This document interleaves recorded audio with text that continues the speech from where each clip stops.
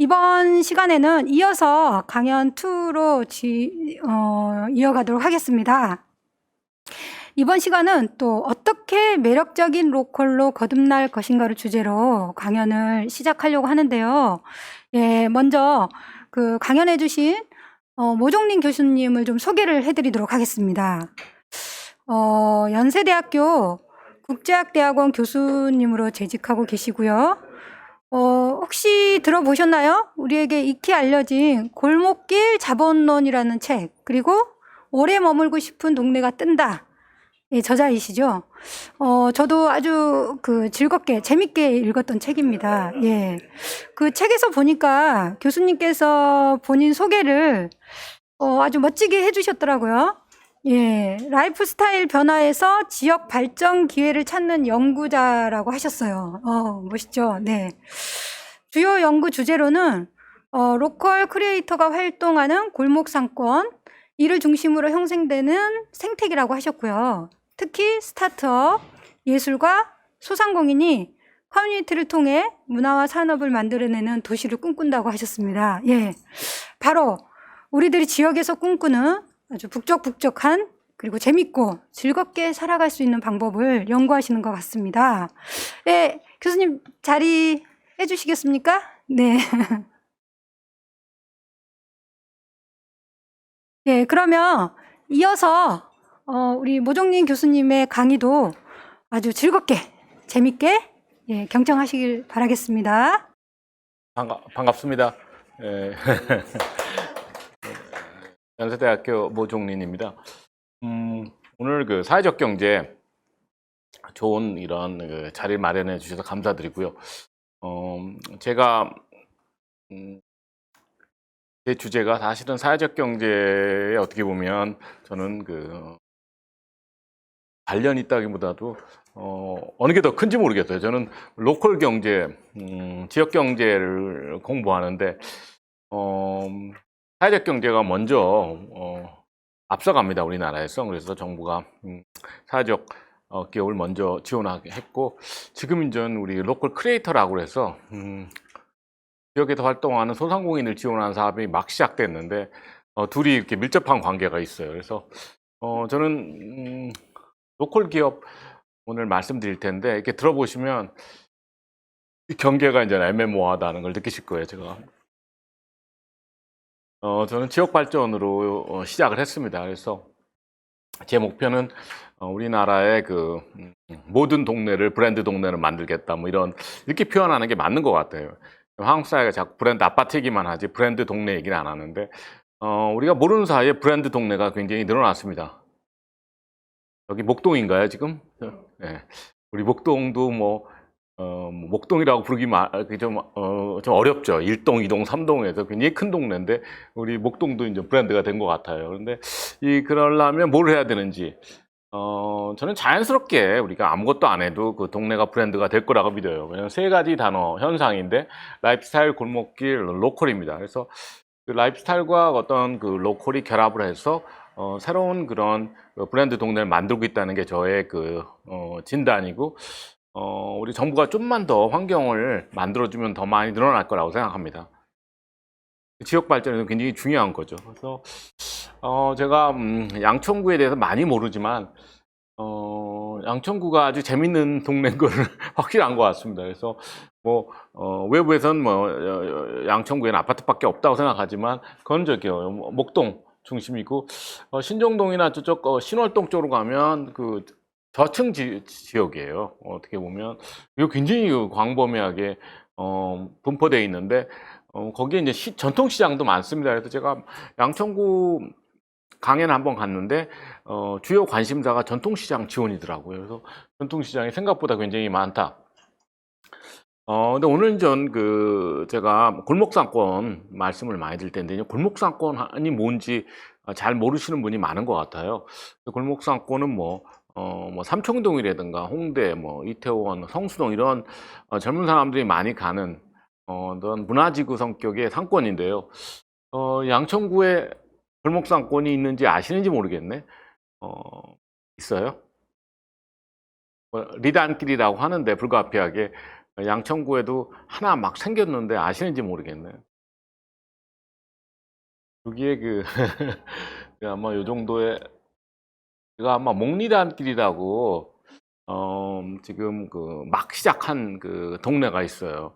근데 전반적으로 보면 양천구에 골목상권이 없는 거죠. 이제 목리단길이 시작됐는데 그 골목상권도 발전 수준에 따라서 뭐 이렇게 다양하게 분류할 수 있는데 아직 뭐 초기 단계입니다. 이게 왜 중요하냐면 사실 그 양천구가 제가 알기로는 백화점 주변으로 로데오 거리 이 중심으로 이렇게 상권이 잘 발달했다고 하는데 우리가 이제 나중에 말씀드리지만 상권이라는 게 이제 대로변 상권이 있고 뭐 먹자골목이 있는데 이게 젊은 사람들이 많이 가는 그런 그 제가 얘기하는 골목 상권은 아직 없는 거죠. 없으면 뭐가 불편하냐 이렇게 질문할지 모르지만 그러면 전 뭐 젊은 사람들 표현으로 하면 재미없는 동네예요. 노잼.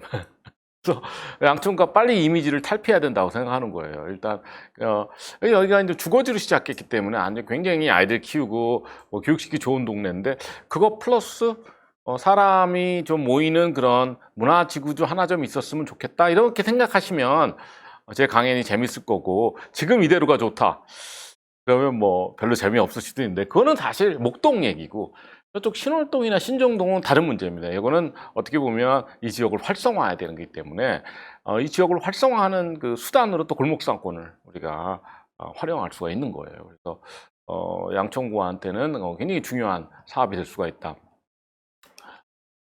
그러면 이제 동네가 브랜드가 된다 했을 때 그러면 양천구에는 브랜드가 된 동네가 몇 개 있냐 했을 때 모르죠. 이제 우리 양천구 안에서 주민들께서 한번 토론해 보세요.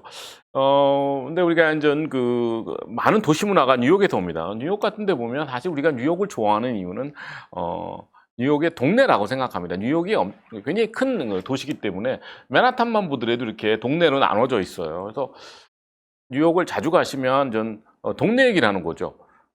맨하탄이라고 해도 너무 크니까 보통 우리가 미드타운이라고 이 지역에 처음 갑니다. 여기 호텔이 다 모이고요. 뭐 타임스퀘어도 있는데 스퀘어도 있고 하지만 사실 뉴욕을 자주 왔다 갔다 하면 모르겠어요. 아랫동네, 다운타운 동네, 이 동네에 뭐 빌리지라고 해서 그린치 빌리지라든가 여기가 뭐 예술가가 전통적으로 모여 살던 데고 요 건너편에 여기 또 예술가 지역입니다. 이스트 빌리지라고 하고 뭐 소호 이런 단어를 많이 씁니다. 주로 이제 예술가 지역인데 그래서 제가 보헤미안 지역을 그러면 지금은 워낙 이스트 빌리지 좀 넘어가고 브루클린이 많이 넘어갔어요. 예술가들이 워낙 그린치 빌리지에 많았었는데 그럼 예술가 지역이 보헤미안 지역. 그러면 그 보헤미안 지역 바로 옆에 그 웨스트 빌리지라고 있는데 굉장히 그 부유한 동네입니다. 그런데 여기는 그 고층 아파트가 아니고 저층 뭐 타운하우스 지역인데 여기가 이제 보헤미안 부르주아지에서 부르주아해 갖고 보보 지역이라고. 그러니까 뭐 경제적으로는 부유하지만 예술가적인 삶이라든가 약간 진보적인 가치를 지지하는 사람들이 모여 사는 거예요. 그래서 보보 동네라고 하면 노마드는 어떻게 보면 디지털 노마드, 하이텍 중심. 여기 구글 뉴욕 오피스가 이 근처에 있습니다. 그래서 첼시 쪽이 노마드 지역이라고 하고 힙스터 히피가 사실 뉴욕에 굉장히 많은데 브루클린이 많이 넘어갔습니다. 윌리엄스버그 지역으로. 그런 뉴욕을 대표하는 동네 중에 하나가 어퍼 이스트사이드인데 여기가 센트럴파크입니다. 센트럴파크인데 여기에 가운데 있고 우리나라 같으면 센트럴파크가 여기 있으면 이제 그 센트럴파크 뷰가 있어야 되는데 그럼 우리나라 같으면 서쪽에 있어야 돼. 그래야지 동양이니까. 근데 미국은 이렇게 남양 그런 거 안 따지니까 오른쪽에 있습니다. 그러니까 서쪽에 있어서 보면 여기에 이제 아파트를 갖고 있으면 서양이 되는 거죠. 여기가 제일 비싼 동네입니다. 이게 5번가 여기 명품 거리도 있고 어떻게 보면 그 뉴욕에서 가장 부유한 부자들이 많이 사는 동네가 어퍼 이스트사이드입니다. 부르주아 동네. 그럼 뉴욕을 자주 가면 이렇게 동네 개성이 강하고 이렇게 동네가 매력적이기 때문에 우리 뉴욕을 좋아한다. 그럼 도쿄도 마찬가지예요. 파리도 마찬가지고 런던도 그렇고 다 이렇게 동네가 강합니다. 자, 우린 그렇게 생각 안 했죠. 뭐 알고 있었지만 이렇게 표현을 안 했다고 생각해요. 우리가 좋아하는 도시는 로컬이 강한 도시다. 동네가 강한 도시다. 그러면 서울도 마찬가지라는 거죠. 서울도 보면 요새는 이제 동네 얘기를 많이 하네. 특히 코로나 이후에. 왜냐하면 우리가 이제 술세권, 동네에서 시간을 많이 보다 보니까 생활권이 좁혀지면서 서울도 이렇게 6개 동네를 한번 나눠보면 서울의 대표적인 부르주아 지역은 모르겠어요. 강남 일부 지역하고 뭐 우리나라 슈퍼리치는 뭐 한남동 이태원에 사니까 뭐 성북동 이런 동네가 부르주아 지역이라고 하면 서울에서 예술가 지역, 뉴욕의 빌리지 같은 지역은 뭐 여러 가지 가능성이 있지만 서교동 그 홍대 앞이라고 한번 일단 제가 설정을 해봤어요. 그럼 웨스트빌리지처럼 그 예술가 동네 바로 옆에 있는 고급 주택지 하면 저는 연희동이 맞는 것 같아요. 근데 아니까 다를까 연희동이 그 홍대 그 상권이 그 옮겨지면서 거기에 그 문화시설도 많고 여기 한국에도 단독주택 사는 사람들이니까 아파트 사는 사람들에 비해서 어떻게 보면 좀 다른 라이프스타일 산다고 생각하면 또 약간 예술가 지향적이고 예술가들이 많이 살아요. 연희동에요. 그러고 보면 보보 동네는 연희동 같고 뭐 부암동도 서촌 일부 지역도 이제 보보 동네라고 우리가 할 수 있을 것 같아요. 서울에서 히피 동네는 어떻게 미국식 히피는 없지만 저는 히피를 좀 공동체 좋아하면은 저는 히피 성향이라고 생각합니다. 뭐 자연이나 공동체. 좀 이따 전 한번 이 문제를 한번 우리 사회적 경제 센터에 왔으니까 어떤 라이프스타일을 추구하는 사람이 우리 사회적 경제를 지지하는지 한번 생각해 보세요. 한번 보시면 서울에서는 그 연남동에 성민산 공동체 마을이 은평구, 성북구, 강북구에 좀 많이 있습니다. 그래서 그런 동네를 좀 히피 동네라고 하면 뭘 빠뜨렸겠죠? 여기에 그 디지털 노마드 같은 그 스타트업들이 모여 있는 동네가 테헤란 노르면 여기가 노마드 동네다. 근데 서울에서 지금 가장 그 라이프스타일이 확산되고 그러니까 가장 광범위하게 분포된 그 라이프스타일 지구는 힙스터입니다. 힙스터. 제가 말하는 골목상권이에요. 그래서 젊은 사람들이 작은 가게를 창업해서 운영하면서 어떻게 보면 취향 공동체를 만들어가며 사는 동네들인데 이 골목상권이 서울에 굉장히 많이 있어요. 중심지는 홍대 지역입니다. 홍대 지역 그 서쪽에 홍대, 동쪽에 성수동. 이 중간에 뭐 삼청동이 종로권, 을지로, 이태원에서 중간은 꽉 차 있는 상황입니다. 그래서 서울 그 원도심 중심부는 특히 강북은 골목상권으로 채워졌다 하면 제 기준으로는 힙스터 지역인 거예요. 골목상권에서 창업하는 사람들이 어떤 힙스터 성향 사람들인데 그래서 뭐 저는 그냥 그 강연에서 그렇게 얘기합니다. 세계에서 아마 가장 큰 힙스터 벨트를 보유하고 있다고 생각해요. 서울이. 그 정도로 이 골목상권이 중요한 거죠. 자, 이렇게 머물고 싶은 동네는 제가 이렇게 라이프스타일이 어떤 명확하고 어떻게 보면 그 상업 그 문화적으로 특색이 있는 동네가 저는 머물고 싶은 동네라고 생각하고요. 이러다 보니까 전문 사람들은 이 브이룩이라는 회사 만든 테스트인데 나와 어울리는 동네가 어딘지 뭐 성격 테스트처럼 이런 걸 개발해서 쓰는데요. 제가 한번 해봤더니 저는 온화한 성격의 원칙주의자라고 합니다. 그러면 저 같은 사람들은 망원동에 어울린대요. 망원동에. 그래서 제가 또 한 번 했는데 그 다음은 또 청담동이래네요. 그래서 이게 안정적이지는 않지만 포인트는 우리가 그런 생각을 하는 거죠. 옛날에는 우리가 동네 하면 부자 동네, 가난한 동네, 서민 동네, 중산층 동네 이렇게 아니면 중심부 변두리 이렇게 얘기했는데 지금은 동네마다 성격이 있다는 거죠. 그러니까 라이프스타일이 다르고 그 동네에 사는 사람들이 그렇죠. 특정 라이프스타일 가진 사람들에 어울린다는.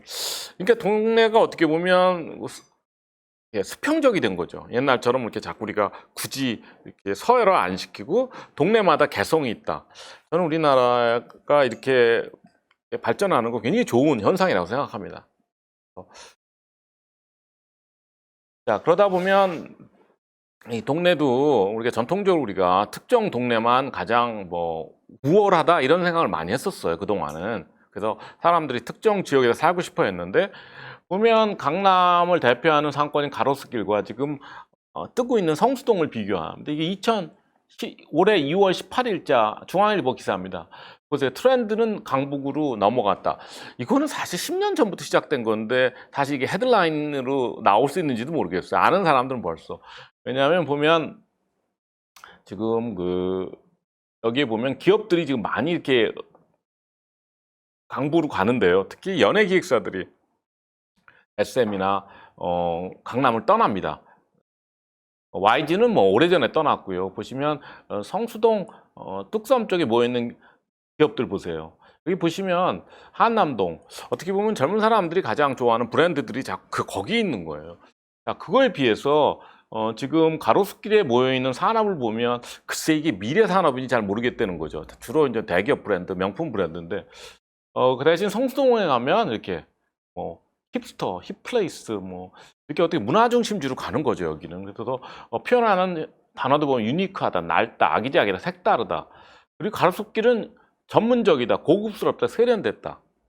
자, 그러면 이 두 개를 봤을 때 미래 트렌드 누가 주도할지는 좀 어떻게 보면 제 관점에도 보면은 당연히 성수동 쪽이 더 그렇죠.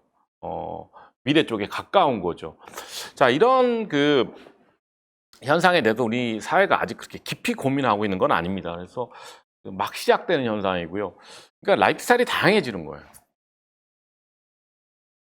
그러니까 서울이 이렇게 다양해지지만 전반적으로 보면 서울은 부르주아 중심지입니다. 그러니까 서울이 막 답답하다고 그러잖아요. 사람들이 너무 경쟁적이고 숨 막힌다 해서 제주도를 가는데 그럼 제주도에 가면 뭘 찾아야 되겠어요? 부르주아 아닌 라이프 스타일 찾으니까 제가 예상한 대로 뭐 보헤미안, 힙스터, 히피, 노마드란 그런 단어를 써가면서 자기가 제주도에 찾는 라이프 스타일을 표현합니다. 부산도 제가 이렇게 6가지 라이프 스타일로 동네를 한번 분류해 봤어요. 부산은 아직 명확하지 않아요. 서울만큼. 하지만 부산도 이 방향으로 가는 거죠. 뭐 부르주아 동네가 해운대라면 뭐 예술가 동네가 경성대 지역, 그러면 경성대 바로 옆에 있는 고급 주택지가 남천동입니다. 이거는 보헤미안 부르주아, 히피, 힙스터, 노마 동네도 부산에서 다 찾을 수 있는 거예요. 자, 이렇게 어떻게 보면 그 라이프 스타일이 뚜렷하고 매력적인 동네를 그럼 우리가 좀 더 많이 만들어야 된다고 제가 생각하는데, 동네가 전국적으로 한 3,500개 정도 있다고 보시면 돼요. 3,500개. 그 읍면동 단위입니다. 동네. 읍면동이 3,500개 있고, 우리가 시군구가 229개가 있어요. 광역단체는 17개. 그러니까 3,500개 동네를 좀 어떻게 이렇게 라이프 스타일이 좀 매력적인 동네를 만든다, 머물고 싶은 동네를 만든다 했을 때 뭘 해야 되는지 이제 우리가 고민해야 되는데요.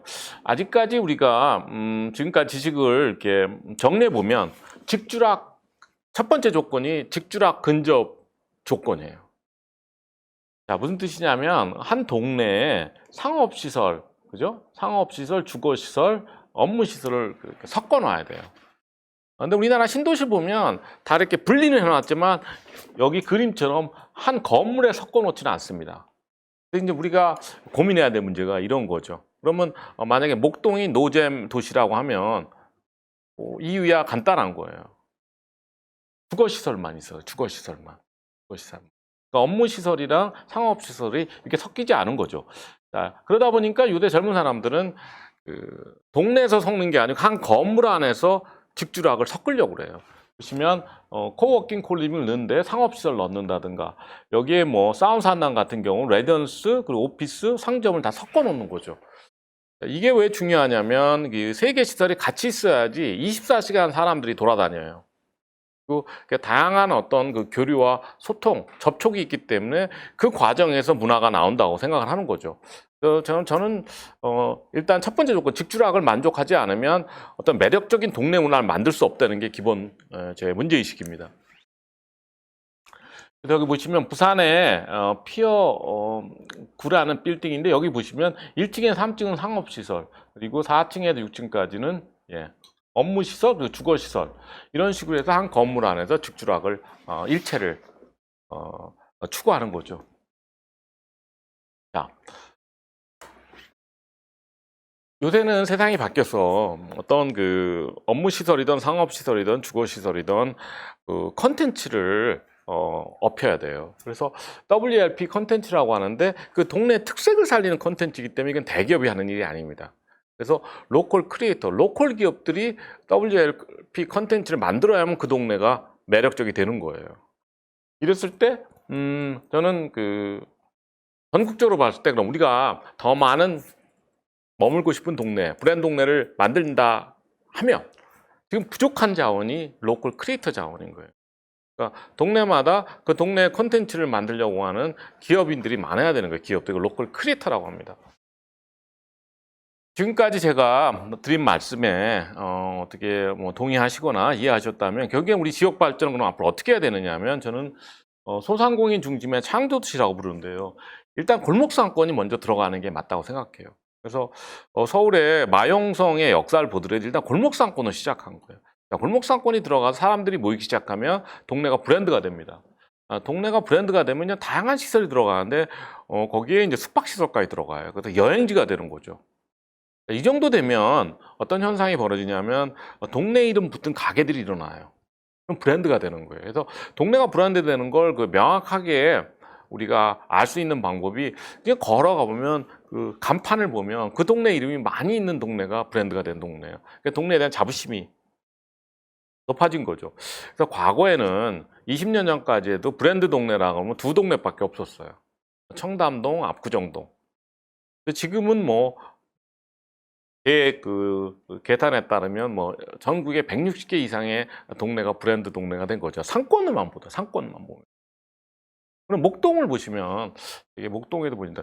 목동을 보면 그런 교육이나 주거지로선 굉장히 최상급이지만 어떤 브랜드 동네가 됐다는 데에서는 아직 발전을 못한 게 여기 목동 가게 앞에다 목동을 붙일 수가 없잖아요. 목동 뭐라고 하기 어렵잖아요. 그렇게 너무 넓고 그러니까 목동 안에도 무슨 길 뭐 또 어떻게든 좀 세분화가 되면 그 동네 이름을 붙은 가게가 좀 나올까?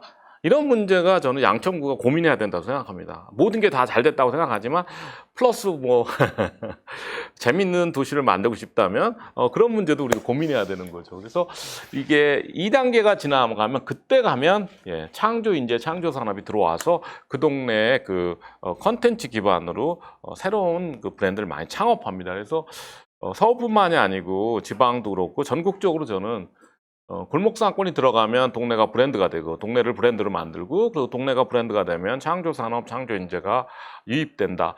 이게 저는 소상공인 중심의 창조 도시 모델이고 탈산업화 사회에서는 이런 소상공인 중심의 창조 도시가 저는 어떻게 보면 더 효과적인 지역 발전 전략이라고 생각합니다.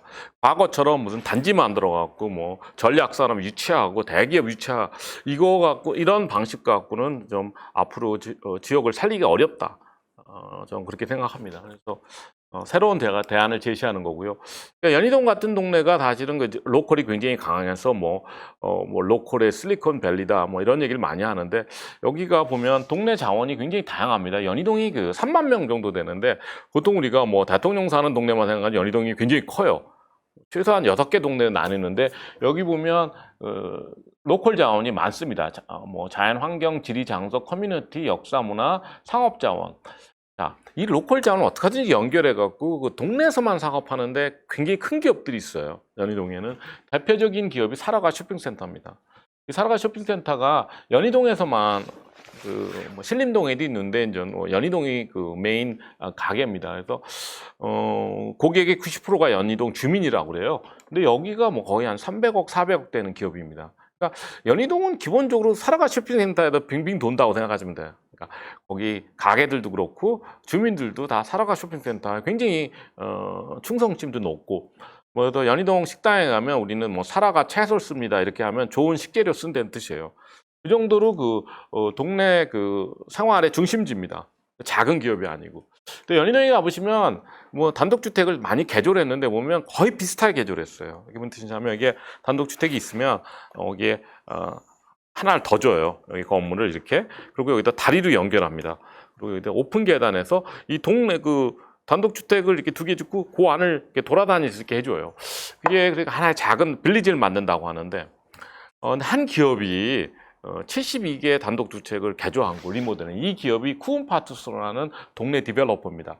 여기 보시면 연희동에 가면 어떻게 건축의 일체성을 느낄 수가 있어요. 다 비슷하게 개발이 되어 있으니까 거기서 어떤 고진넉함이나 어떤 그런 세련됨이 나온다고 생각을 해요. 근데 여기도 이 기업도 주로 연희동 연남동에서만 활동하고 이 토지주 입장에서 보면은 보통 단독주택 하나를 리모델링하면 가게가 3개 들어가잖아요. 반지하 1층, 2층. 이게 또 하나 주게도 가게 8개씩을 넣어요. 그러니까 임대료가 뭐 엄청나게 나오니까 서로 이분한테 맡기려고 그래요. 우리 집 좀 이렇게 상가를 만들어 달라고. 그러다 보니까 또 임대업까지 이분한테 맡깁니다. 쿠운파트너. 그래서 쿠운파트너스가 임대업을 많이 해요, 거기.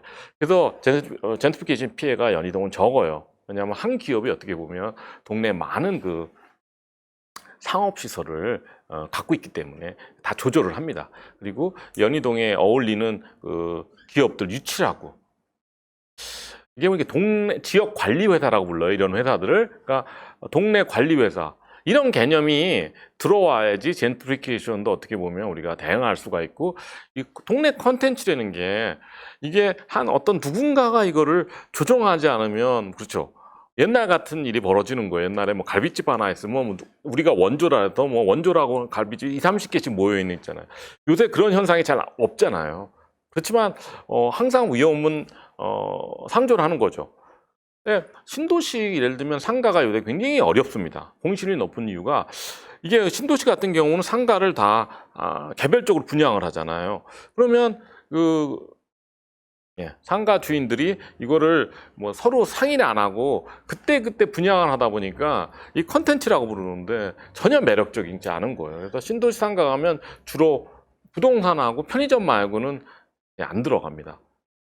이런 동네 매니지먼트 컴퍼니 관리회사 같은 기업이 있어서 이렇게 컨텐츠를 좀 조절해야 된다. 뭐 이런 그 인식이 확산되고 있습니다. 여기에 또 동네 컨텐츠 개발을 해서 어반플레이인데 로컬에서 가장 큰 기업입니다. 여기도 연희동, 연남동에도 7개 공간을 여기 연남장인데 운영하면서 어떤 그 동네에 맞는 그 컨텐츠라고 하는데 다양한 뭐 그 공간을 운영하고 있어요. 그리고 연희동에서 제로웨이스 축제를 주관하는 기업도 있고, 뭐 거기 연희동은 뭐 동네 그 아트페어도 하고 이렇게 민간에서 이렇게 동네 활동이 굉장히 활발합니다. 자, 여러분 우리가 생각해 보면 왜 이게 우리 삶에서 동네가 중요해졌는지 갑자기, 그죠? 그리고 이렇게 동네가 이렇게 다양해지고 사람들이 옛날처럼 어떤 동네 서열주의에 좀 덜 어떻게 보면 제약을 받는다고 저는 생각합니다. 아직도 뭐 사실 우리가 지난 1년 동안 부동산 어떻게 보면 위기를 겪으면서 갑자기 그 모든 사람이 그 부동산 가격에 더 관심을 갖게 된 건 사실이지만 장기적으로 보면 우리가 굉장히 유연해진 거예요. 동네에 대해서. 좋은 동네도 많이 생기고. 결국엔 라이프스타일 변화 때문에 그럽니다. 결국에 삶의 질에 대한 고민하기 시작하면서 이렇게 뭐 내가 좋은 동네 살겠다고 뭐 그냥 뭐 한두 시간 뭐 지옥철 타고 다니고 이런 거 안 하고 삶의 질이라는 거 직주하기 일치된 동네에서 살면서 그 동네 안에서 일하고 살고 즐기는 그렇게 됩니다. 장기적으로 그게 가장 큰 동력입니다. 보시면 소비도 보면 뭐 우리가 가성비 그리고 뭐 어떤 과시하는 소비보다는 어떻게 소비를 통해서 자신을 표현한다든가 아니면 어떤 소비를 통해서 친구를 만드는 커뮤니티를 만들고 취향 공동체를 만들어가면서 즐기는 거. 그리고 문화생활도 기성세대는 자꾸 뭐 미술관 뭐 공연장 얘기하지만 사실은 일상이 중요하다고 합니다. 젊은 사람 일상 여유 있게 일상을 즐기고 이웃과 소통한다. 그러니까 동네에 이렇게 일상을 즐길 만한 상업시설이 있어야 되는 거예요. 이 라이프스타일 변화는 사실 서구 사회에서는 오래전부터 시작된 건데요. 아까 말씀드렸지만 우리나라 기성세대의 문화는 부르주아입니다. 그렇죠? 서울도 이제 부르주아고. 자, 서구의 사회에서는 이 부르주아에 계속 저항을 했어요. 첫 번째 예술가들이 보헤미안 19세기. 그리고 다음에 60년대 히피, 90년대 보보스, 2000년대 힙스터 노마드 계속 그냥 도전을 한 거예요. 부르주아 라이프스타일에. 뭐 사실 부르주아에 저항한 하위 문화는 수백 개입니다. 그중에서 제가 주류 문화에 편입된 주류 문화의 일부가 된 5개 라이프스타일만 제가 이렇게 정리해서 이 역사를 쓴 책이 작년에 나온 인문학 라이프스타일 제안하다면 그래서 서양사를 전 라이프스타일의 역사로 재해석해서 쓴 책입니다. 보시면 우리나라는 근데 이게 지금 막 시작된 거죠. 2010년 이후에 어떤 우리나라의 부르주아에 대한 그 도전이 시작된 거예요. 그래서 기성세대는 부르주아 문화인 거예요. 지금 우리 50대, 60대, 40대까지. 40대는 중간이고 50대, 60대. 지금 20, 30대는 보헤미안 히피, 보보, 힙스터, 노마드 대안적인 라이프스타일을 추구한다고 생각하고 이 라이프스타일 차이가 저는 세대 차이에 를 설명할 수 있다고 생각해요, 저는. 아직 우리나라에서는 세대 갈등을 이런 식으로 해석을 안 하죠. 근데 좀 뭐 제 얘기 좀 들어보시면 결국엔 라이프스타일에 대한 어떤 그런 갈등이라고 생각하는데 왜 이런 일이 벌어지고 있냐? 근데 왜 또 미래 우리나라에 중요하냐면 보시면 이게 라이프스타일에 따라서 앞으로는 그 산업을 육성해야 되는 그런 세상에 왔어요.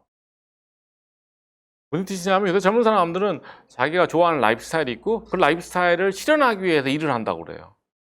옛날처럼 우리가 내가 뭐 직업을 정하고 뭐 어떤 뭐 업종을 정해놓고 내 라이프 스타일 산다는 게 아니고 그건 기성세대고요. 지금은 내가 라이프 스타일이 있으면 그에 맞는 일을 하겠다. 그럼 지금 그 각 라이프 스타일에 맞는 직업이라든가 이런 거예요. 그러니까 부르주아는 자본가, 금융가, 공무원, 대기업 직원, 보헤미안 예술가, 작가, 히피, 전문직 이렇게 해서 요새 골목 상권에 많은 게 힙스터들입니다. 그러니까 힙스터 라이프 스타일을 안 좋아하면 골목에서 행복할 수가 없어요. 가게 주인으로도 그렇고 소비자라도 그렇고. 자, 이제 사회적 경제 센터에 왔으니까 사회적 경제를 잘하려면 어떤 라이프 스타일이 필요하겠어요. 보보를 해갖고 여기에 어떻게 보면 소셜 벤처를 가든지 아니면 히피여야 돼, 히피. 이렇게 표현을 안 하는 거죠, 여기서는. 자, 그럼 우리가 사회적 경제가 잘 안 된다 하면 왜 그런 거예요? 우리나라가 히피가 없어서 그런 거예요. 히피가 절대적으로 부족해서 그런 거예요. 부르주아 성향 사람들고 자꾸 사회적 기업 하라는 얘기 잘 될 리가 없죠. 근데 우리는 오히려 힙스터가 많은 거예요, 한국에서는. 그래서 골목상권에서 창업하는 사람이 굉장히 많은 거예요. 성공한 사람도 많고. 그래서 저는 다시 우리나라 이제 기계가 인간을 대체하는 미래에서는 그 사람들이 다양한 어떤 창의적인 일을 해야 되는데 그러려면 일단 라이프 스타일부터 분산시켜야 된다는 거. 왜냐하면 대기업 이런 금융권 일자리는 계속 줄어들게 돼 있어요. 다 자동화시키면서. 그럼 모든 사람이 예술가가 되는데 보헤미안, 히피, 보보, 힙서, 노마드 영역에서 활동하는 수밖에 없다는 거죠. 라이프 스타일의 어떤 다양화가 굉장히 심각하다고 생각합니다.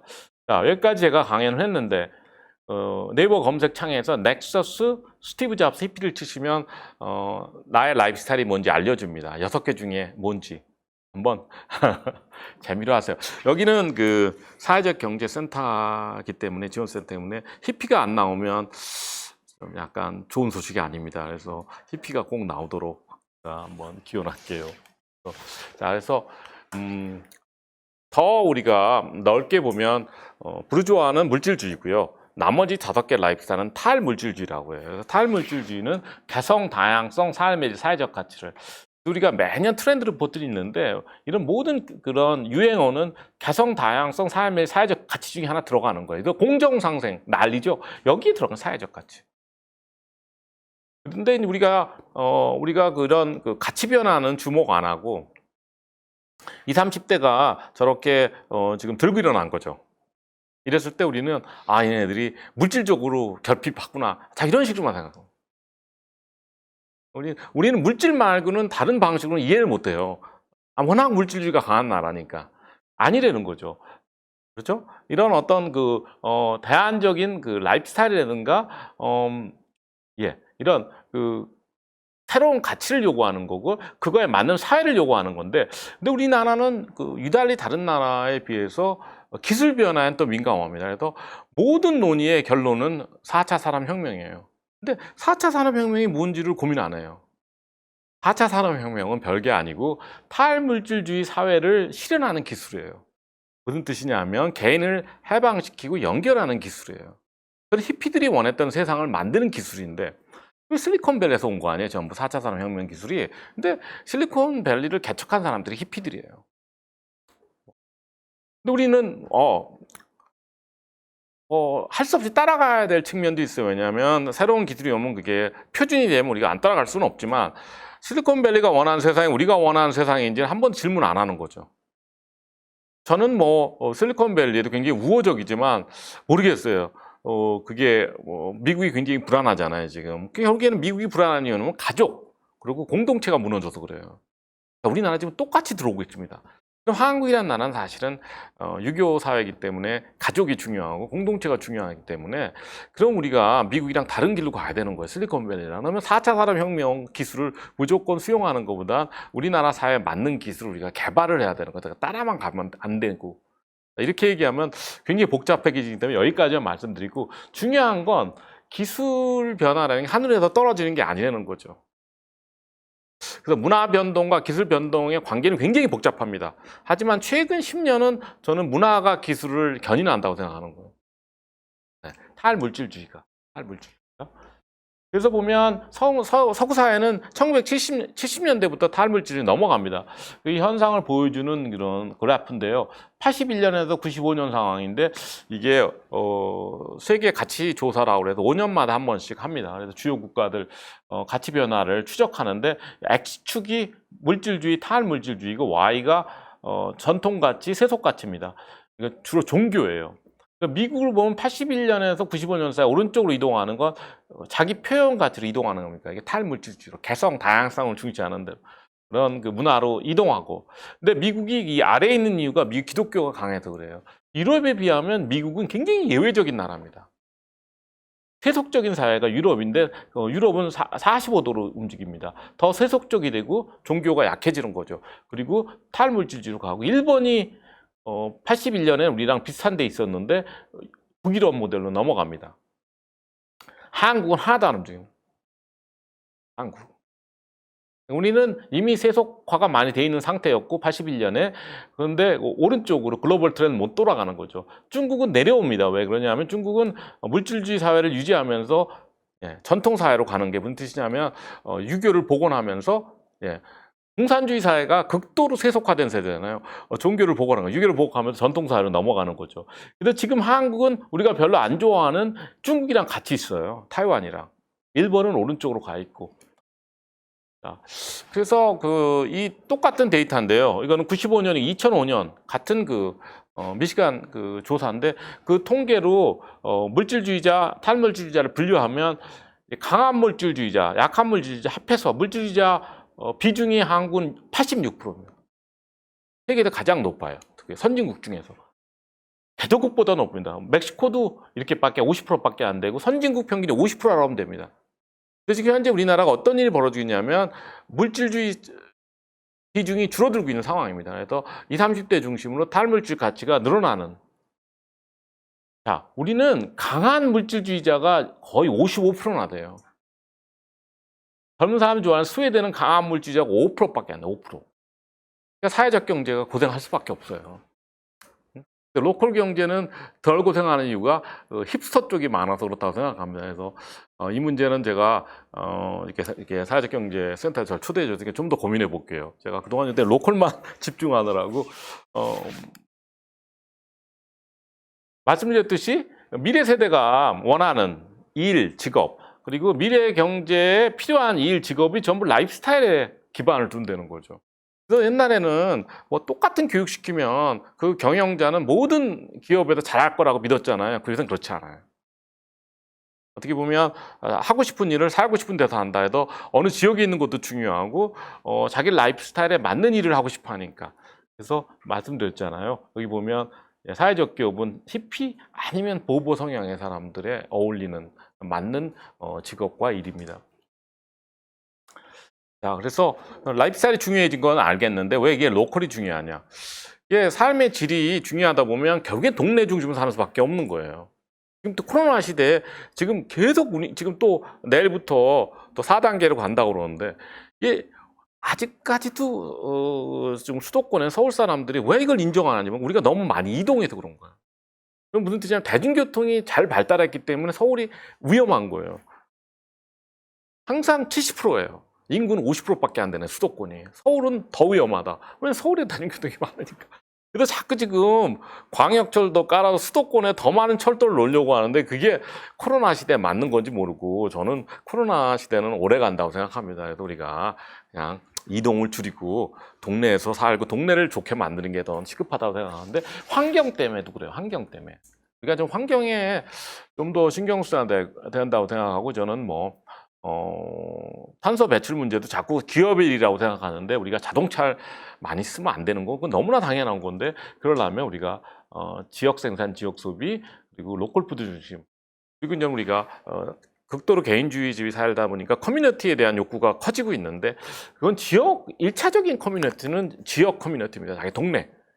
그리고 어떤 온라인 커뮤니티가 중요하지만 모르겠어요. 저는 그래서 요새 젊은 사람들은 자기가 아는 사람이 만든 그리고 동네에서 만든 상품을 더 신뢰하는 자꾸 그 서구식으로 가고 있어요.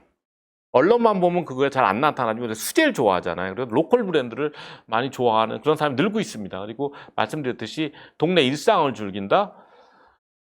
마지막으로 그 동네마다 특색이 있어야지 관광객을 유치할 수 있습니다. 또 요새 우리가 어디 가면 그 여기 현지처럼 살고 싶다고 하는데 그랬을 때 그 동네에 어떤 다른 동네에서 살 수 없는 뭔가를 살 수 있어야 되고 다른 동네에서 체험할 수 없는 뭔가를 체험할 수 있어야 되는 거죠.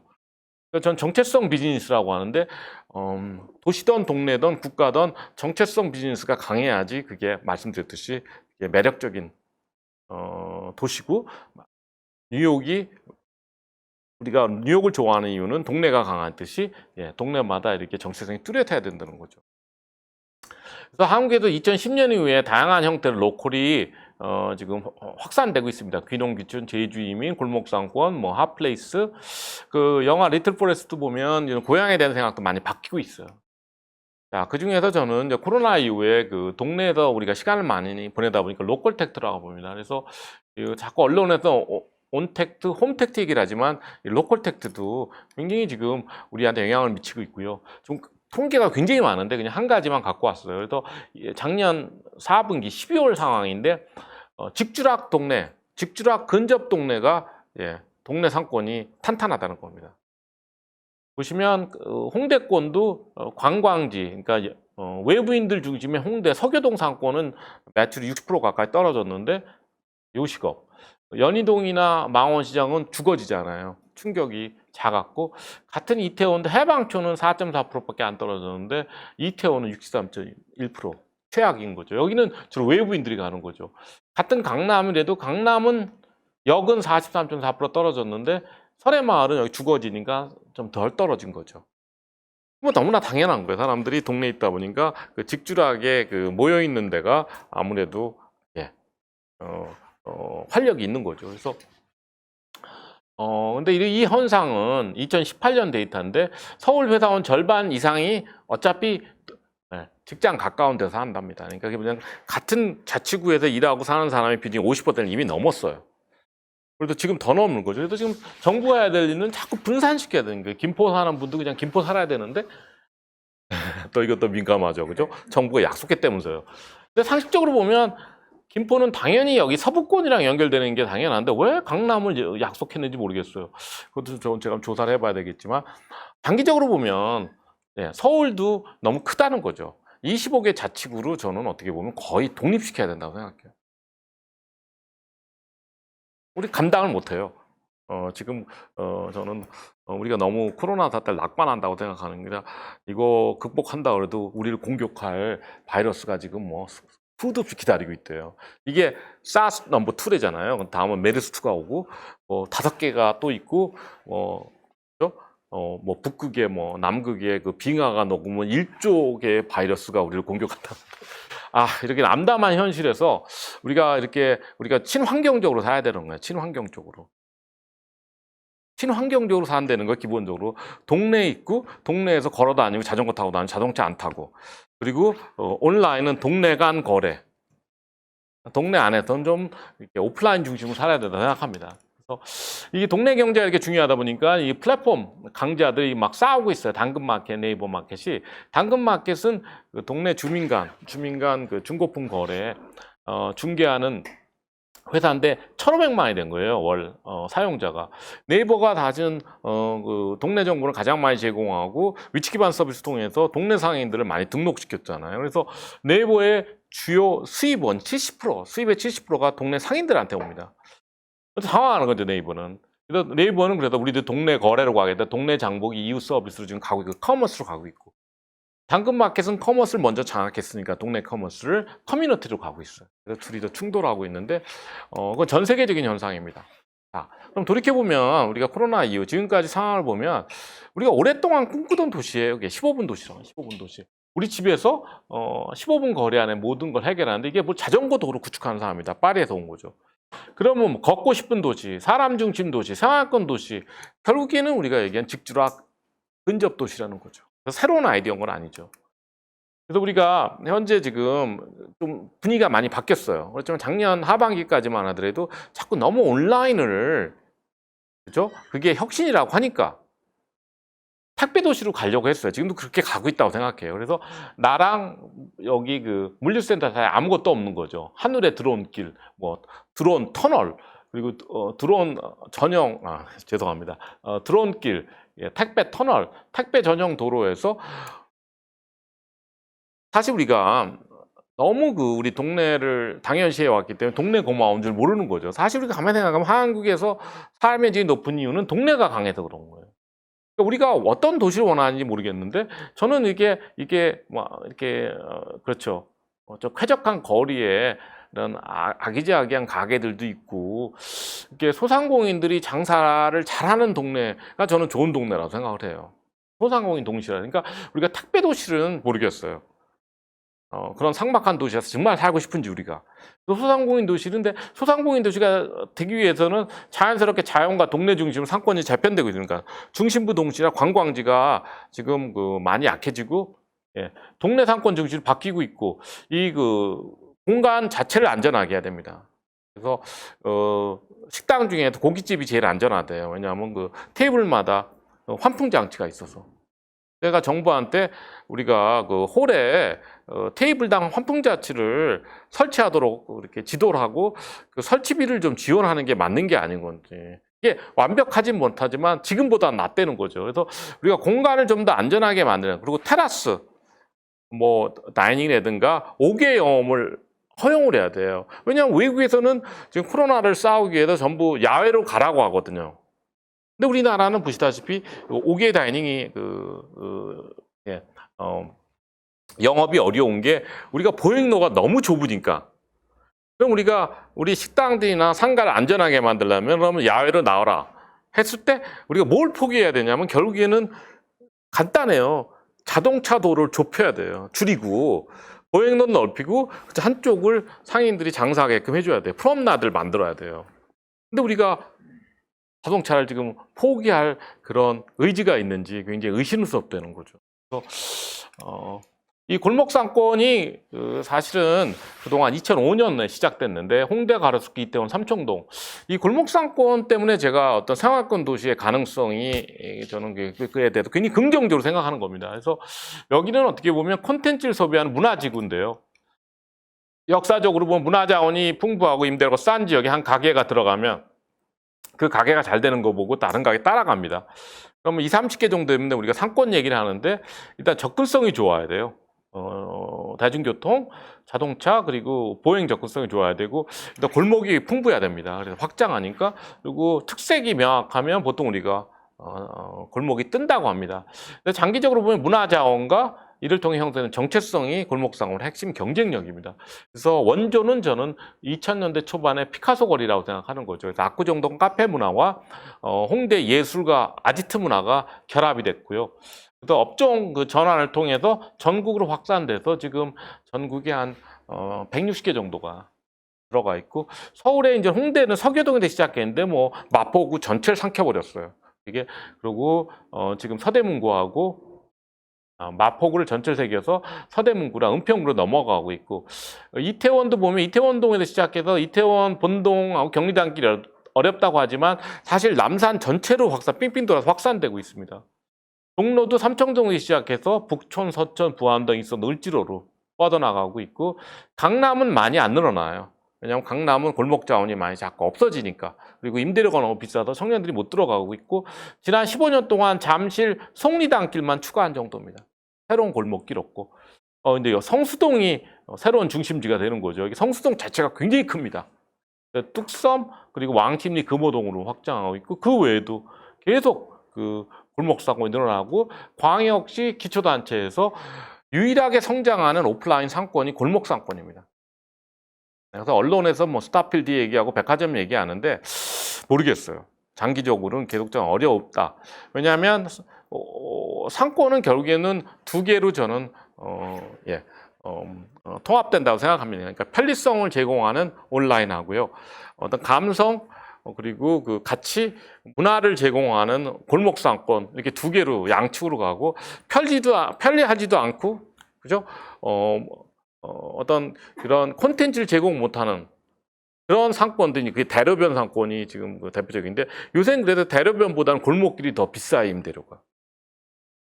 세상이 바뀌고 있습니다. 그래서 왜 그러냐면 골목길에서 콘텐츠를 만들 수 있는 거예요. 대로변이나 쇼핑센터 안에서는 창의적으로 뭔가를 콘텐츠를 못 만들어요. 그 디자인상.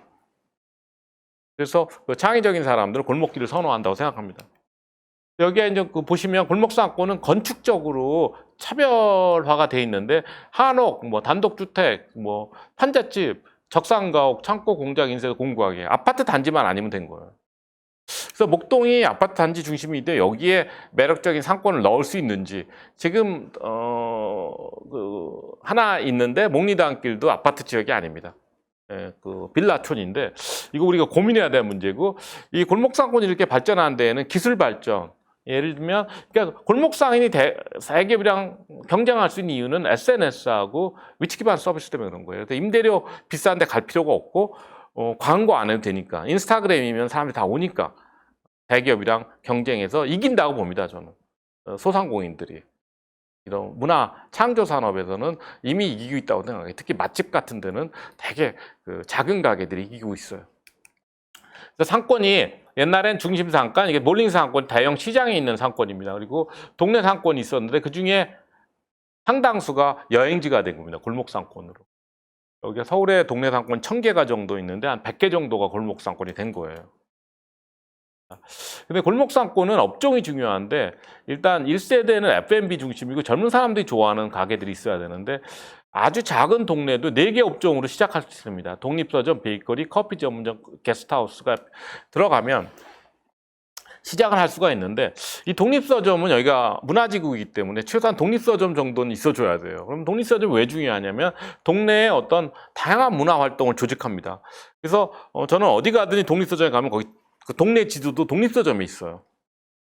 게스트하우스도 동네로 손님을 유치하다 보니까 동네 지도도 만들고 동네 컨텐츠 아니면 동네 소개하려고 굉장히 적극적이고 식당보다는 베이커리나 커피 전문점이 동네에 관심이 있어요. 왜 그런지는 모르겠어요. 제가 스토리가 좀 있는데 시간이 많지 않아서 생략하고요. 그래서 식당들도 젊은 사람들이 좋아하는 식당이 있어야지 저희가 좋아하는 식당이 모여 있는 데는 먹자골목이라고 그래요. 골목상권의 반대말은 먹자골목. 근데 2세대로 나가면 동네 생태계를 구축하는 업종들입니다. 그래서 진화를 했어요. 그래서 복합문화공간, 라운지, 살롱, 코워킹, 콜리빙 이런 업종들인데 그 동네 고객 커뮤니티를 만드는 것도 중요하지만 거기서 그 다른 사업자들이랑 협업을 많이 해요. 협업을 축제도 같이 하고 브랜드도 같이 만들고 지도도 같이 만들고 그래서 동네 문화를 그렇게 빨아들이려고 하는 거예요. 더 많이 활용하려면 거기에 생태계를 구축한다. 자, 그래서 제가 문화산업이라고 하는데 사실 이게 사회적 기업 역할을 하는 거예요. 왜냐하면 동네에 공공재를 제공하고 동네 자원을 활용하고 동네 삶의 질을 높이고 동네 경제를 활성화시키고 그렇죠? 거기다가 못 가잖아요. 삶의 질을 높이기 때문에 어떻게 보면 커뮤니티 기반으로 경쟁하는 기업이기 때문에 이거는 100% 커뮤니티 비즈니스고 100% 사회적 기업이라고 저는 생각하는데 정부는 사회적 기업 기준이나 커뮤니티 비즈니스 기준을 너무 경직되게 정의한다는 거죠. 자꾸 협동조합만 커뮤니티 비즈니스라고 하는데 모르겠어요. 이런 기업들이 동네 기반 기업들이 동네에 많은 혜택을 주고 있고 실질적으로 동네의 어떤 이해 당사자가 다 협력을 해야 되기 때문에 저는 이것도 중요한 사회적 기업이라고 생각하고 커뮤니티 비즈니스라고 생각하는 거죠. 그래서 이 정도 되면 동네가 브랜드가 됩니다. 그러면 그 다음 단계 넘어가면 정부가 원하는 산업들이 들어가기 시작해요. 그래서 골목상권을 시작해서 한국을 대표하는 산업단지로 발전한 곳이 홍대입니다. 저는 그 강의 때 이런 얘기를 해요. 지금 한국의 대표적인 산업단지는 포항이 아니고 울산이 아니고 홍대라고. 홍대가 지금 이쪽 그 브랜드 쪽에 많이 관심이 없으시면 잘 모르실지 모르겠는데 일단 골목산업 리테일 쪽에 어떤 그 젊은 사람들의 인기고 주목받는 브랜드는 다 홍대에서 시작되고 업종 자체가 다 홍대에서 시작된 게 많습니다. 그리고 창조산업에 가더라도 어떤 디자인이나 패션 기업들 세계적으로 주목받는 한국 브랜드들 다 홍대에서 나와요. 그러니까 여기가 인디가 강하고 소셜이 강하고 그리고 그 디자인이 강한 데잖아요. 그러니까 홍대는 홍대다운 브랜드를 계속 배출하는 거예요. 성수동도 그렇게 가고 있고 이렇게 도시문화에 기반된 라이프스타일에 기반된 새로운 산업단들이 생기는 거예요. 이렇게 여기저기서 그게 우리나라 미래 경제를 저는 견인한다고 생각합니다. 산업단지가 아니고. 그렇죠? 그래서 근데 이게 그러면 지방에서도 군산, 강릉, 제주에서 골목상권 중심으로 로컬 브랜드가 나오고 하나의 생태계를 만들고 있고 이 브랜드들이 서울에 와서 전시를 한 겁니다. 작년 7월에. 이렇게 우리 동네 가능성을 활용하기 위해서는 로컬 크리에이터가 많은 거죠. 그러니까 동네에 기회가 있고 거기서 뭔가를 해보려는 사람들이 많아야 되는 거예요. 근데 우리나라가 역사적으로 우리 자녀를 키울 때 뭐 사람은 서울로 가야 되고 서울이 부족하면 글로벌로 가야 된다. 자꾸 이런 식으로만 교육시켰기 때문에 동네가 기회가 있다는 걸 모르는 거죠. 네, 저도 우리 부모님들이 좀 동네 건물주 되라고 저를 교육시켰으면 제가 건물주 될 수도 있었는데 그래요. 그러니까 자꾸 좋은 대학 가도 공부해서 박사학위 받고 교수 되라고 했는데 저 교수 되는 거에 큰 불만은 없으나 모르겠어요. 저도 조금 있으면 몇 년 후면 은퇴를 해야 돼요. 그럼 자영업을 뭔가 하고 싶은데 10년 동안은 제가 뭔가 하고 싶은데 막막한 거죠, 그래서 우리가 과연 이렇게 자꾸 자녀들을 모범생으로 만들어서 자꾸 우리가 생각하는 좋은 직장이 정말 좋은 직장인지 우리가 생각하는 좋은 직업이 정말 좋은 직업인지 모른다는 거죠. 특히 제 사회 기계의 시대라고 하는데 모든 사람이 예술가가 돼야 되는 세상에서 우리가 다시 생각해야 된다. 이렇게 로컬 크리에이터들이 지금 다양하게 활동하고 있고 이렇게 지역성과 문화성을 기반으로 동네를 바꾸고 있습니다. 그래서 글로벌 대기업도 그러니까 동네 경제 주목해서 동네 문화재를 사요. 그러면 동네 문화재를 사서 들어가면 단번에 랜드마크가 되고 동네 안에 코워킹 스페이스를 넣습니다. 스타벅스가. 그래서 로컬에서 잘하는 기업들이 되게 잡지에서 시작합니다. 콘텐츠가 중요하기 때문에 동네 콘텐츠를 발굴하는 방법이 잡지 발행하는 겁니다. 그래서 대표적으로 제주도에서 잘하고 있는 제지상의 비즈니스 모델이고 그리고 그 동네 자체를 어떻게 보면 생태계로 구축하는 그런 연희동의 어반플레이 그리고 부산 영도의 RTBP 그리고 이렇게 동네 골목상권에 사람이 모이다 보니까 신도시 상권을 골목상권을 만들려고 그래서 동네 브랜드를 유치해서 90개 점포로 실험을 하고 있어요. 한번 가보세요. 엘리웨이 강교. 대기업 브랜드가 아니라 동네 브랜드를 넣어서 신도시의 동네 상권, 골목 상권을 만들려고 하는 게 굉장히 우리나라한테 중요한 사업입니다. 왜냐하면 신도시 상권이 전국적으로 전부 어려워요. 엄청난 불황입니다. 신도시 상권을 살릴 수 있는 방법을 찾는 사람이 우리나라에 크게 기여한 사람이에요. 근데 아직까지 답을 못 찾고 사람들은 골목 상권을 모입니다. 그래서 사람이 부족한 거죠. 동네마다 그 동네에서 콘텐츠를 개발한 사람이 있어야 되기 때문에 제가 동네마다 장인대학이 있어야 된다. 그래서 장소 창업, 장인 콘텐츠, 로컬 크리에이터 커뮤니티 이렇게 세 가지 유형의 장인대학이 있는데 그냥 하나만 소개해드리면 이게 뭐냐면 한 지역에 가서 목동 같은 데 가서 그러면 좀 비어있는 거리에 가서 일단 건물주랑 상의해서 그렇죠. 이렇게 확보를 합니다. 공간을. 그러면 전국적으로 모집을 하는 거예요. 여기서 이 빈 가게에서 창업할 사람마다 제안을 해라. 그러면 보통 우리가 창업할 때 자기 업종을 정해놓고 그 다음에 장소를 찾는데 거꾸로 장소를 정해주고 어떤 업종으로 어떤 비즈니스 모델을 창업할지를 나중에 결정하게 만듭니다. 그렇게 되면 뭐냐면 동네에 필요한 가게가 뭔지 고민하게 되는 거예요. 우리가 동네랑 상생해야 되니까 그렇게 해서 좋은 제안을 한 사람들을 그럼 합격이 되면 더 훈련시켜서 잘 되면 건물주 그 장소에다 실제로 창업을 합니다.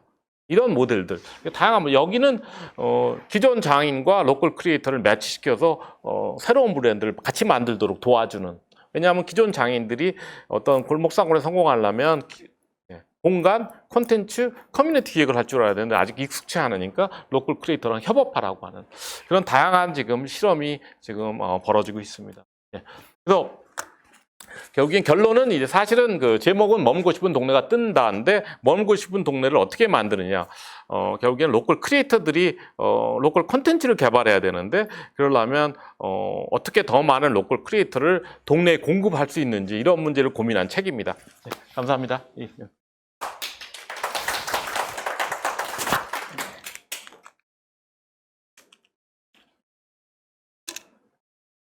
네, 확인 좀 해볼게요.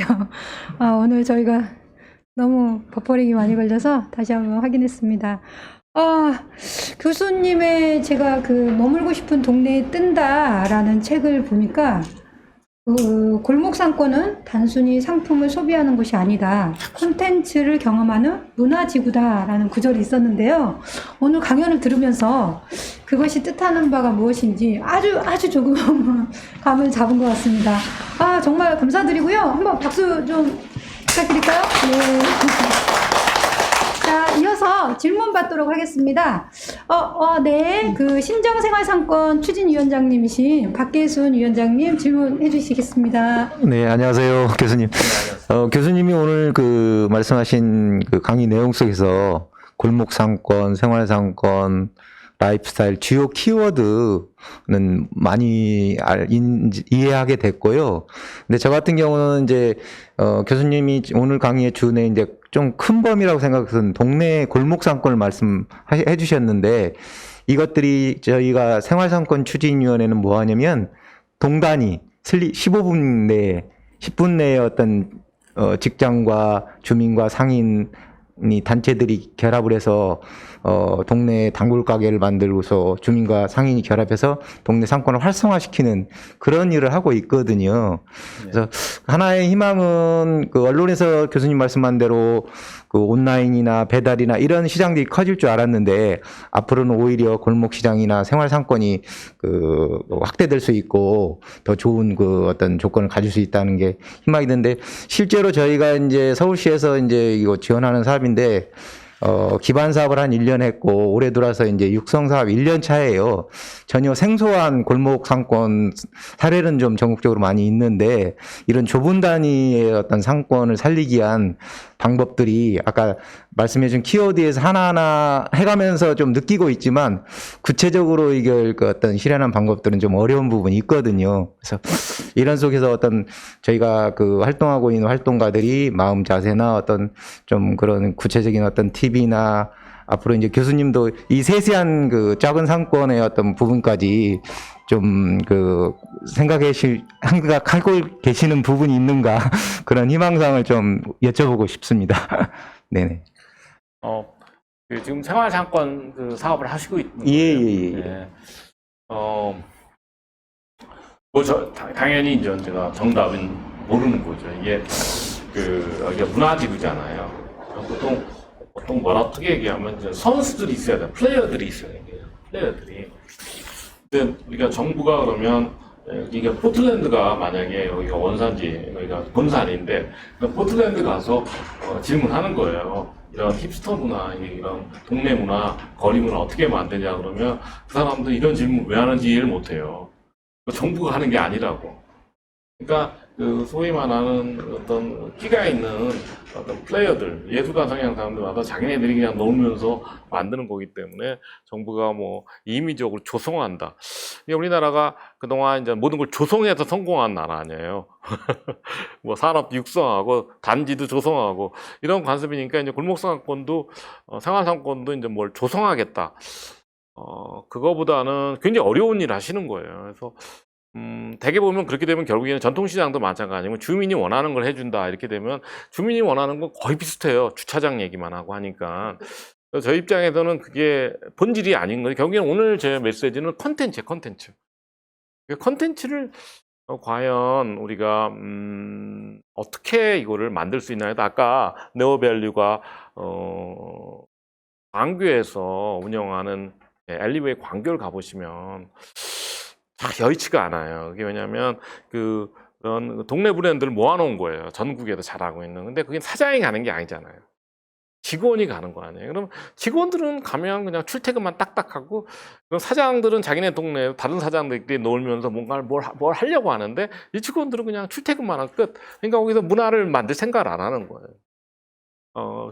그렇지만 이게 저는 그렇다고 정부가 아무것도 할 수 없다고 생각 안 하고, 제가 서울시에도 이제 다양한 제안을 하고 있는데, 예를 들면 그때 제가 장인대학 얘기를 하는 거예요. 그러니까 우리가 좀 장기적으로 우리가 접근해야 된다 이거를. 그래서 우리 동네에서 뭔가를 하려고 하는 사람들이 일단 1차적 커뮤니티를 만들어줘야 돼요.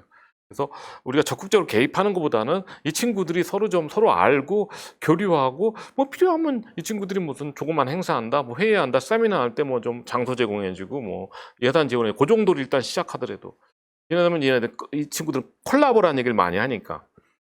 그러고 이제 필요하다면 다양한 이런 그런 창업들이 아까 말한 장소 기반으로 해서 일단 장소를 정해준 다음에 창업자를 모집하는 그런 새로운 그 아이디어는 굉장히 많이 나오고 있어요.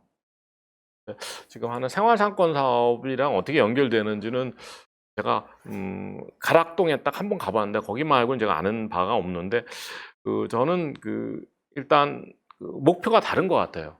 생활상권 지원의 목표와 제가 생각하는 직주락 근접 도시 목표는 좀 다른 것 같아요. 그래서 이 정도? 답을 모른다? 근데 좀 요번 이 사람 몇 년 지나면 이게 종료가 될 텐데 한번 더 고민해 보시고 저랑도 뭐 소통하시면서 이게 장기적인 어떤 그런 커뮤니티 지원 사업으로 계속 연결됐으면 좋겠다. 이 정도는. 네, 오늘 실시간 댓글창으로 댓글도 또 많이 나눠주셨는데요. 좀 몇 개 읽어보겠습니다. 네. 마을 공동체, 마을 공화국을 위해 마을 태학을 한번 만들어 봅시다. 라고 김병학 선생님께서 얘기를 해주셨네요. 그리고, 우물안 개구리 눈 뜨는 시간이었다라고 이승정 선생님께서 또 남겨주셨고요. 그 다음에 동네 다양한 상권을 협동조합으로 만들어서 윈윈합시다. 이선화 선생님이 또 댓글 남겨주셨습니다. 네, 아주 관심이 많은 것 같습니다. 두 번째 질문을 좀 또 시켜보려고 하는데요. 혹시 두 번째 질문 해주실 분? 예. 네, 우리 신월 1동, 신월 예, 3동, 네, 신월 3동 도시재생 현장지원센터의 고관범 센터장님, 네, 질문해 주시겠습니다. 예. 오늘 강의 잘 들었습니다. 그러니까 제가 좀 여쭤보고 싶은 거는 저는 개인적으로 2002년 이후로 이제 다수의 서울 시민이 시민성은 많이 자각하고 있다라고 저는 생각을 하고 있는데 여전히 이제 주민이라는 자각은 거의 이루어지지 못하고 있다라고 생각이 들거든요. 근데 이 교수님이 말씀하신 이 골목상권은 주민의 존재가 되게 부각되어야 되는 이런 개념이라고 생각하고 제가 이게 일하고 있는 도시재생 사업 또한 주민이라는 이제 존재가 부각되어야 됩니다. 하지만 이제 도시재생에서 주민은 주민등록을 한 사람을 주민이라고 부르거든요. 근데 이러한 개념만으로 주민을 설명하기에는 이제 좀 불충분하다라는 저는 생각을 하고 있어서 혹시 이제 교수님이 생각하고 계시는 이제 주민의 개념이 있다면은 그것에 대해서 좀 듣고 싶습니다. 제가 못 들어서. 아니 그냥 우리 선생님이 설명해 줄 수 없어. 네. 제가 잘 못 들어서 예. 주민 역할에 대해 질문하신 거죠? 아니요. 주민이라는 존재를 어떻게 정의하시고 계시는지. 그러니까 그게 좀 굉장히 어려운 문제라서 그러면 우리가 지금 어떤 얘기를 하냐면 일부 저희 친구들은 관계 주민이라는 그런 개념을 쓰자 해서 주민등록상의 주민만 주민이냐 하고 또 이제 그게 이제 우리가 얘기하는 주민이에요. 네. 주민등록상에. 근데 우리 동네에서 일하는 사람들, 와서 일하는 사람들, 방문하는 사람들, 이런 사람들은 이게 여행자가 아닌 거죠. 여행자보다는 더 높은다는 게 주민인 거죠. 그거 관계 주민이라고 하자. 왜냐하면 사업하시는 분들 우리 동네 안 사는 분들이 굉장히 많아요. 상인들이. 그럼 당연히 상인은 주민에 넣어야 된다고 생각하는데 상인, 그죠? 건물주들도 우리 동네 안 사는 건물주들도 많고 우리 동네 일하는 사람들. 그래서 이해 당사자라는 개념이 더 정확한 것 같아요. 주민이. 그래도 보면 정부가 이번에 도시재생 하면서 이제 주민주도 도시재생이 이제 정부의 모델인데, 그래서 정부도 이 문제가 고민해서 동네마다 주민의 개념을 좀 확대해서 다양한 사람들이 참여할 수 있도록 지금 배려를 하는 것 같아요. 근데 모르겠어요. 제가 이런 말씀 드리면 어떤지 모르겠는데, 전혀 제가 현장 분위기 모르는 상황에서, 주민 하면서 그런 거 제가 아까 말씀드린 좀 제가 좀 우려하는 그런 부분이 있는데 말씀드렸듯이 과연 주민만이 이해 당사자인지 그런 문제 제기하는 거고요.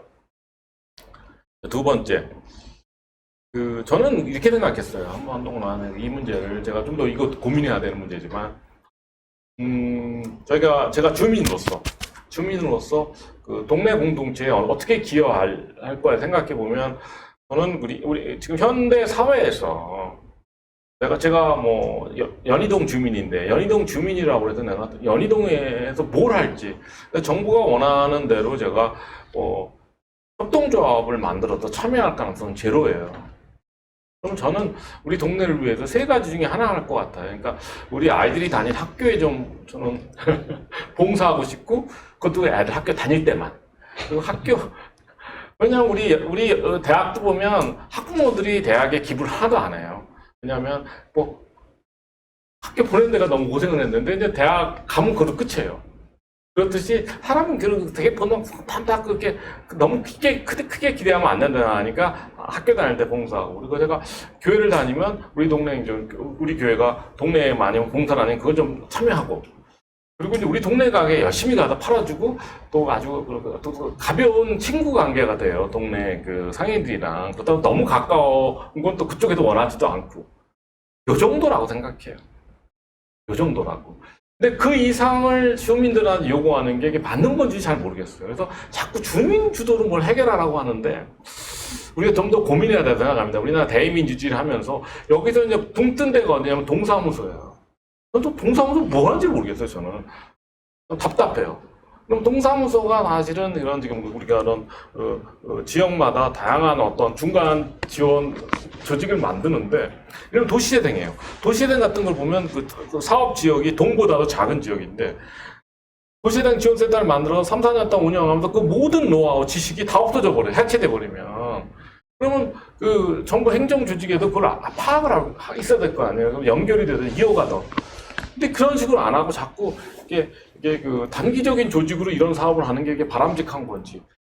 우리가 좀 더 예산이 많이 들더라도 이거는 기본적으로 우리 행정 조직에서 주체가 돼서 해야 되는 거고, 민주주의 사회에서. 그러니까 우리가 주민회를 통해서 적극적 참여는 하지만 주민들이 따로 조직을 만들어야 된다는 건 아직까지는 저는 아직 설득이 안 돼요. 저는 그래요. 근데 현장을 잘 몰라서 그럴 수도 있는 게 그래서. 이 주민이란 무엇인가 이런 질문하시면 저도 또 답이 없어요. 굉장히 복잡한 문제인데 예, 다양한 의견이 있는 것 같습니다. 네. 네. 지금 거의 시간이 돼가고 있는데요. 그래도 조금만 좀 부탁드리겠습니다. 예. 일단 공감합니다. 콘텐츠가 핵심입니다라고 김대현 선생님이 얘기해 주셨고요.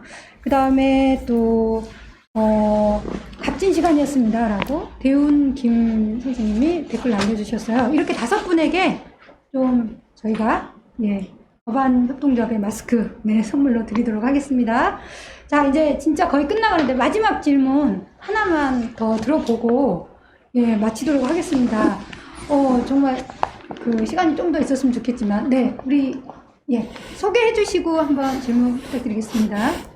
예, 안녕하세요. 저는 신월 1동 도시재생지원센터의 사무국장으로 있는 김종겸이라고 합니다. 말씀 잘 들었고요. 잠깐 말씀해 주셨던 것처럼 저희 신월 1동에도 전통시장이 위치해 있고요. 그래서 그 직주 안에서 전통시장과가 있어가지고 그 주민과 또 상인 간에 어떻게 조화를 이뤄가면서 도시 재생을 할 것인지를 많이 고민을 하고 있는데요. 그래서 큰 틀에서 고민하고 있는 부분이 어쨌든 간에 시장을 좀 활성화하기 위해서는 그 청년들을 많이 유입시키고 또 청년몰이 같은 그런 부분들을 활용해가지고 사업을 활성화하는 부분을 고민하고 있는데, 근데 최근에 청년몰에 대해서 전국적으로도 많이 실패 사례도 많이 나오고 있고 청년몰이 굉장히 많이 폐점하는 부분도 많이 있어가지고 이 부분에 대해서 많이 그 청년몰에 대한 활성화 정책에 대해서도 많이 비판이 나오고 있는데, 교수님께서 현재 최근 동안 굉장히 많이 추진했었던 그런 청년몰 정책에 대해서 그것을 실패인지 아니면 성공으로 보고 계신지, 혹시 만약에 실패라고 보면 그거에 대해서 원인은 어떤 것인지에 대해서 한번 여쭙고 싶습니다. 이것도 참 어려운 문제고, 전통시장 지원 차원에서 시작한 사업이에요. 청년을 도와주려고 한 사업이 아니고 전통시장을 도와주는 사업이었는데, 이런 그 성공 사례가 청년몰 사업, 이제 군산의 영화타운 사업이라고 있는데, 그 사업은 어떤 사업이었냐면, 그러니까 똑같은 아이디어예요. 그러니까 그 전통시장에 빈 가게가 많으니까 거기에 이제 청년 창업자를 투입하는 건 똑같은데, 이거를 그 중간에 지역 관리 회사를 둔 거예요. 그래서 지역 관리 회사가 여기서는 주 지방이라는 회사인데, 한 사람한테 다 맡긴 거예요. 한 사업자가. 그러면 이 사업자가 자기가 알아서 창업자를 찾아서 자기가 아까 만든 지역 관리 회사라고 했잖아요. 그러니까 자기가 자기 생각에 필요한 가게를 찾은 거죠. 그래서 10개 가게를 채워놓으면, 그러면 그 단위 가게에서는 임대료를 누구한테 내냐면 이 지역 관리회사한테 내요. 그리고 지역 관리회사는 그걸 다 수거해서 일부를, 이건 정부가 지원한 사업이니까 시한테 주는 거죠. 이게 무슨 뜻이냐면 이 사업 주체가 돈을 벌게 해주는 모델이에요. 근데 지금 뭐 청년몰 사업은 아시다시피 사업단이 어떻게 보면 행정지 비슷하게 단기적으로 조직돼서 사람만 모아놓고 2년 지원을 지나면 해체가 돼버리고, 해체가 되면 우리 그 상인들은 그냥 혼자 남는 거예요. 근데 이 지역 관리 회사 모델은 한 기업이 계속 상가를 관리해야 되는 거죠. 그래서 자기가 수입을 어떻게 보면 쇼핑센터 운영하듯이. 자, 그렇게 말씀드리면 되겠네요. 그러니까 전통시장의 일부를 그러면 한 기업한테 줘서 여기를 한번 뭐 쇼핑센터를 한번 운영해 봐라, 이런 식이에요. 자, 근데 그 모델이 항상 작동할 수는 없는 거죠. 그러니까 영화타운 같은 경우는 그 위치 자체가 좋았고, 저는 그 전통시장에는 이제 3가지 유형이 있어요. 하나는 골목형. 그래서 제일 좋은 건 망원시장처럼, 아니면 성수동의 뚝도시장처럼 바로 골목사건 옆에 있으면 그게 최상의 시나리오입니다. 그러면 서로 상생이 가능해요. 젊은 사람들이 보니까. 그렇게 해서 망원시장은 전혀 문제 없습니다. 그 골목사건이 같이 있으니까. 그런 시장은 골목상권에서 상생하면서, 그러니까 영화타운도 영화시장 비슷한 상황이에요. 골목상권 안에 있기 때문에 거기 보완되는 그런 컨텐츠로 살아난 거죠. 근데 지금 보통 청년몰은 어디에 들어가냐면 2번째 유형인데, 과거에 20, 30년 전부터 전통시장을 편리하게 만든다고 상가 건물을 줬어요. 그럼 2층 이런 데다가 청년몰을 만드니까 이건 어떻게 방법이 없어요. 그러니까 골목 구조를 유지한 전통시장에서 뭔가 할 수가 있는데, 상가 건물로 되면 아까 말씀드렸잖아요. 이 공간 구조 자체가 거기서 뭔가를 매력적으로 만들기 굉장히 어려워요. 백화점 입점하듯이 그렇게 되기 때문에. 그래서 너무 위치가 안 좋기 때문에 이거는 지역 관리 회사를 투입한다고 해서 살릴 수 있는 건지 모르겠어요. 그래서 이제 3번째 전통시장은, 희망 없는 전통시장 제 관점에서 보면 주차장 편리하게 해준다고 벌판으로 이전한 전통시장이 많아요. 그거는 구제할 방법이 거의 없어요. 이게 우리가, 그러니까 옛날에는 이게 전혀 예상하지 못했던 거죠. 그래서 도심에서 걸어서 이동할 수 있는 위치에 있는 전통시장은 뭔가를 할 수가 있다. 또 구조 자체도 골목 구조면. 근데 상가 건물을 넣은 데는 더 어렵다. 그렇죠? 그리고 벌판으로 간 거는 거의 힘들다는 거. 청년몰을 해봐야 도움이 별로 안 됐죠. 그래서 어쨌든 제가 말한 지역관리회사 모델로 가는 게 좀 맞다고 생각해요. 지금도. 그래야지 그 기업이 자기가 중심에서 자기네가 컨텐츠도 조정을 하고. 또 네오밸류 광교 모델도 마찬가지예요. 그래서 여기는 요새 왜 이게 안 되냐면 상가를 분양해버리면 아까 말씀하셨듯이 그러면 컨텐츠가 그냥 우후죽순으로, 그렇죠. 말씀드렸지, 세탁소, 부동산하고 편의점만 들어가는데, 그래서 네오밸류는 분양을 안 해요. 자기네 상가를 그냥 자기네들이 직접 운영을 합니다. 제가 말하는 게 어떻게 보면 지역 관리회사 거죠. 그래서 거기 임대 수입을 가서 분양을 안 하고, 그래야지 컨텐츠가 관리가 되니까. 거기서 실마리를 찾을 수밖에 없다고 생각하는 거죠. 청년몰도 한 사업자가 거기 와서 쇼핑몰 운영하듯이 전통시장 청년몰 운영하기 전에는 성공 가능성이 높지 않다고 생각합니다. 네. 정말 하고 싶은 질문은 많지만 시간이 벌써 6분을 오버했어요. 그래서 이제 더 이상 이제 맞춰야 될 시간이 된 것 같습니다. 정말 아쉬운데요. 오늘 사회적 경제와 함께 지역에서 미래를 꿈꾸고 있는 우리에게 정말 많은 생각과 실천의 고민을 함께 던져준 그런 시간이었던 것 같습니다. 고생해주신 모종민 교수님께 박수 부탁드리겠습니다. 네. 그리고 초반에 저희가 좀 정말 인터넷 기술적인 문제로 좀 버벅거렸던 거 정말 양해 부탁드리고요. 저희가 그 부분부터 모종민 교수님 그 강의까지 유튜브 영상으로 잘 편집해서 추후에 계속 저희 그 유튜브에 올려놓을 테니까 오늘 처음부터 끝까지 경청해주신 분들 그리고 아니면 안 들으신 분들은 다시 한번 그 유튜브를 통해서 들으시고 오늘 정말 훌륭한 강의였거든요. 네. 다시 경청하시면서 우리의 미래를 다시 한번 생각해보는 계기를 다시 가졌으면 좋겠습니다. 주변에도 좀 많이 알려주시고요.